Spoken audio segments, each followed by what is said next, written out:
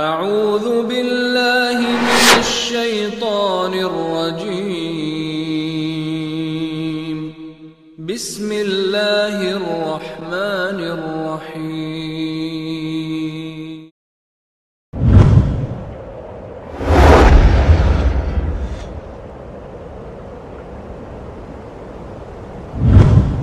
ادع إلى سبيل ربك بالحكمة والموعظة الحسنة وجادلهم بالتي هي أحسن إن ربك هو أعلم بمن ضل عن سبيله وهو أعلم بالمهتدين۔ اے نبی، آپ لوگوں کو اپنے رب کے راستے کی طرف حکمت اور عمدہ نصیحت کے ساتھ دعوت دیجیے اور ان سے ایسے طریقے سے مباحثہ کیجئے جو بہترین، بے شک آپ کا رب اسے بھی خوب جانتا ہے جو اس کی راہ سے بھٹک چکا ہے اور ہدایت پر چلنے والوں کو بھی خوب جانتا ہے۔ بسم اللہ الرحمن الرحیم۔ شیخ محترم سے یہ سوال کیا جاتا ہے کہ آج کل کئی لوگ جو ہے یوٹیوب وغیرہ پر بہت ساری چیزوں پر یا بہت سارے بعض علماء سے بھی یا بعض جو ہیں اپنے آپ کو عالم کہنے والے انڈیا یا پاکستان میں حضرات ہیں اور اپنے آپ کو اہل سنت والجماعت کا دعوے دار بھی بتاتے ہیں، ان کا اپنے معتقدین اور اپنے اجتماع کے اندر اپنے سامعین کو یہی کہنا ہوتا ہے کہ جو سعودی عرب میں جو علماء کام کر رہے ہیں، یہ چاہے وہ بنگلہ دیش کے ہوں، انڈیا کے ہوں، پاکستان کے ہوں، سعودی جالیات سے جو منسلک ہیں، یہ سارے کے سارے یعنی ایک معنوں میں سعودی فنڈڈ ہیں، یعنی انہیں سعودی کی سرپرستی حاصل ہے اور یہ سعودی کے زیر اہتمام کام کرتے ہیں، اسی لیے سعودی گورنمنٹ جو چاہتی ہے وہ وہی کہہ سکتے ہیں، دوسرا کہنے کی انہیں اجازت نہیں ہے اور یہ دوسرا کہہ بھی نہیں سکتے۔ لہذا تو اسی کے تعلق سے شیخ محترم جو آپ جالیات سے منسلک ہیں، تو یہی سوال ہے کہ کیا آج کل علماء کے اندر سعودی میں جو لوگ کام کرتے ہیں ان کے ساتھ یہی چیز پیش آتی ہے یا نہیں؟ بسم اللہ الرحمن الرحیم۔ الحمدللہ والصلاۃ والسلام علی رسول اللہ۔ سب سے پہلی بات تو یہ ہے ساتھیو کہ میں وہی بات کہوں گا جو حق ہے۔ دوسری بات یہ ہے کہ جو جالیات میں دعات ہیں، ظاہر بات ہے جو جالیات کے تابع کام کر رہے ہیں یا ان کی کفالت میں ہیں، تو جیسے دوسرے موظفین کی تنخواہ ہے ویسے ان کی بھی تنخواہ ہے۔ یہ نہیں ہے کہ وہ سارے کے سارے کیا ہے بیچارے مفت میں کام کر رہے ہیں۔ ظاہر بات ایک موظف ہیں، اپنے بیوی بچوں کو چھوڑ کر کے آئے ہیں تو انہیں خرچ کے لیے جس طریقے سے عام آدمی ایک تحفظ القرآن میں کام کر رہا ہے، کسی کمپنی میں کام کر رہا ہے، ان کی تنخواہ ویسے ان کی بھی تنخواہ ہے۔ البتہ جہاں تک یہ تعلق ہے کہ ہاں وہ گورنمنٹ کی مرضی کی بات کہتے ہیں، گورنمنٹ اپنی مرضی کے لیے صرف سیاسی باتیں ان سے کہلوا سکتی ہے اور دینی باتیں کہنے کے لیے یہاں پر کسی پر کوئی زور نہیں ہے۔ اور ظاہر بات ہے ان لوگوں کی باتیں سیاسی نہیں ہوتی، نہ ان کے لیے سیاسی گفتگو کرنا مناسب ہے، نہ ان سے سیاسی گفتگو کا مطالبہ کیا جاتا ہے۔ میں آج 25 سال سے کم نہیں ہوا ہوگا کہ میں دعوت کا کام اسی الغات میں کر رہا ہوں اور سعودیہ کے اکثر شہروں میں جانتے ہیں جانا ہوا ہے، لیکن کم سے کم مجھے تو یہ نہیں کہ ہاں بھائی کبھی بھی یہ مطالبہ ہوا ہو کہ میں کوئی سیاسی بیان دوں یا گورنمنٹ کا جو سیاسی نظریہ ہے، چاہے ایشیا سے متعلق ہے، یورپ سے متعلق ہے، اپنے یہاں سے متعلق ہے، اس سلسلے میں ہم دعات سے گورنمنٹ کوئی مطالبہ نہیں کرتی ہے۔ گورنمنٹ جو مطالبہ کر رہی ہے وہ یہ ہے کہ ادع الی سبیل ربک بالحکمۃ والموعظۃ الحسنۃ وجادلہم باللتی ہی احسن۔ اللہ تبارک و تعالیٰ کے دین کی طرف بلاؤ، حکمت سے، بہترین نصیحت کر کے، اور لوگوں سے جو بحث مباحثہ کرو وہ بہتر طریقے سے بحث مباحثہ کرو۔ اس لیے یہ الزام لگانا کہ یہ لوگ گورنمنٹ کی مرضی کے مطابق یا گورنمنٹ جو چاہتی ہے وہ ان سے کہلواتی، یہ بات سراسر غلط ہے۔ البتہ جہاں سے شبہہ پیدا ہوتا ہے میں اس کو بھی واضح کر دوں۔ اصل شبہہ لوگوں کو یہ پیدا ہوتا ہے کہ جو یہاں کے علماء کا نظریہ توحید سے متعلق ہے، وہ یہ جو دعات آئے ہیں عام طور پر وہ نظریہ جو لوگ پیش کرتے ہیں، تو جو علماء اہل حدیث ہیں وہ خواہ آج کے ہوں، یہ 50 سال سے ادھر کے جب سے سعودی گورنمنٹ کو اللہ تعالیٰ نے مال دیا اور ان کا مال ان تک پہنچنے لگا، یا اس سے پہلے کے ہوں، وہ توحید کے بارے میں وہیں پر ہیں جہاں پر پہلے تھے وہیں پر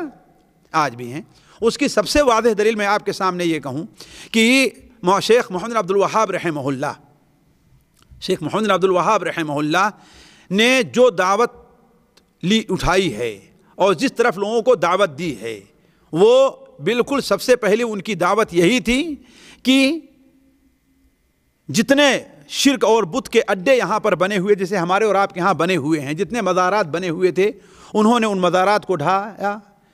اور جو اس وقت کے عمرا تھے ان سے مدد حاصل کی، لوگوں کی اس طرف دعوت دی، اور اس سلسلے میں بڑی ایک جاندار کتاب لکھی جو کتاب التوحید کے نام سے جانی جاتی ہے۔ اور میرے اپنے ناقص مطالعے کے حد تک اس میں کوئی شک نہیں ہے، خالص توحید کے موقع پر، توحید کے موضوع پر، خواہ توحید الوہیت ہے، توحید ربوبیت ہے، توحید اسماء و صفات ہے، اللہ تعالیٰ کا ادب ہے، نبی کریم صلی اللہ علیہ وسلم کے حقوق ہیں، اس سلسلے میں جتنی جامع اور بہتر کتاب کتاب التوحید ہے، مجھے کوئی دوسری کتاب نظر نہیں آئی۔ لیکن یہ نہیں ہے کہ ہمیں یا ہمارے جو علماء ہیں ہندوستان پاکستان میں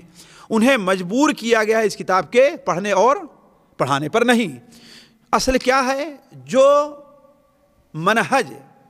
یا جو فکر شیخ محمد بن الوہاب کی رہی ہے، وہی فکر ہر اہل حدیث اور ہر موحد کی ہونی چاہیے اور رہی ہے،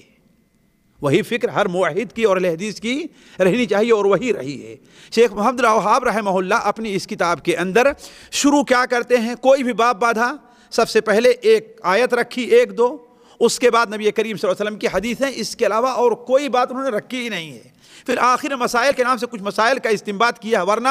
علماء کے اقوال تو شاید ہی کہیں انہوں نے نقل کیا ہے۔ صرف کیا رکھا ہے، قرآن مجید کی آیات اور حدیث رسول، صرف یہی چیز رکھی، اپنی طرف سے کوئی چیز نہیں رکھی۔ تو جو آدمی توحید کو سمجھتا ہے، چاہے وہ اس صدی کا ہے، اس سے پہلے والی صدی کا ہے، اس سے پہلے 2-4 صدی کا ہے،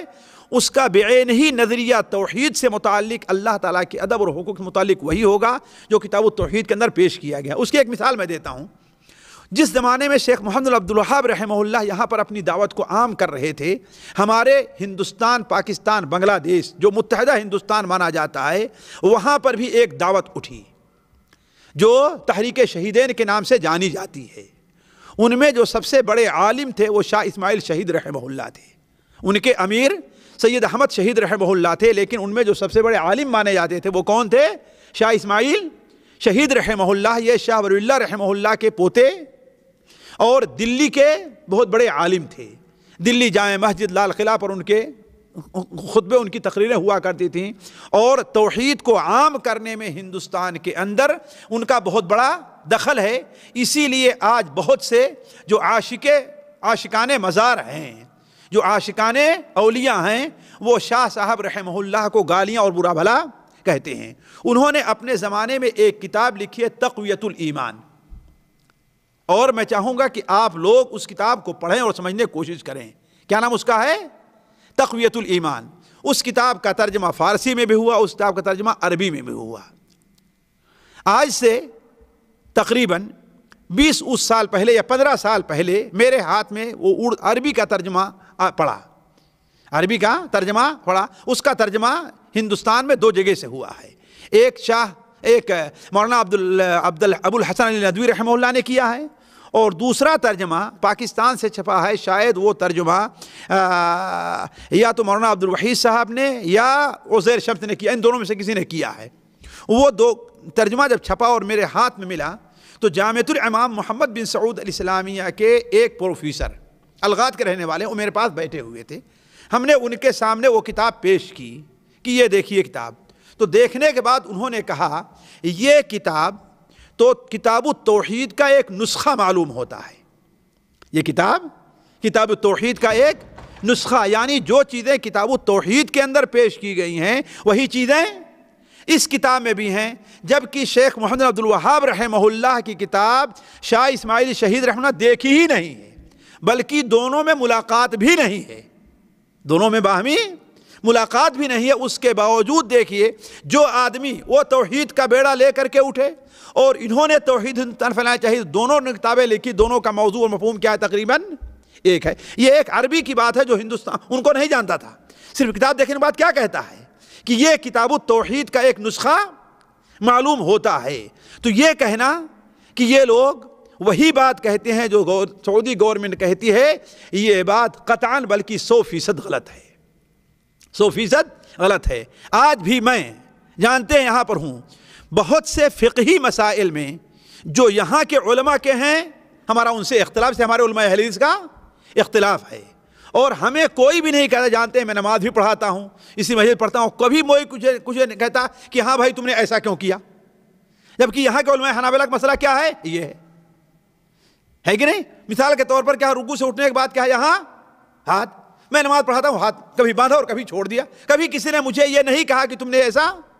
کیوں کیا ہے، یہیں سب کے سامنے میں سنت پڑھتا ہوں۔ یہاں علماء حنابلہ کا مسئلہ یہ ہے کہ جلسے استراحت سنت نہیں ہے یا وقت حاجت ہے، اور میں نے شاید ہی کبھی کوئی سنت پڑھی ہو ان لوگوں کے سامنے کہ جلسے استراحت نہ کیا ہو، کبھی مجھے کسی نے ٹوکا نہیں اور نہ مجھے مجبور کیا کہ تم بھی حنبلی مذہب کے اوپر آؤ۔ تو عرض کرنے کا مقصد یہ ہے کہ یہ بات بڑی تفصیل طلب ہے، میں اس طرف نہیں جانا چاہتا، صرف یہ کہنے کا مطلب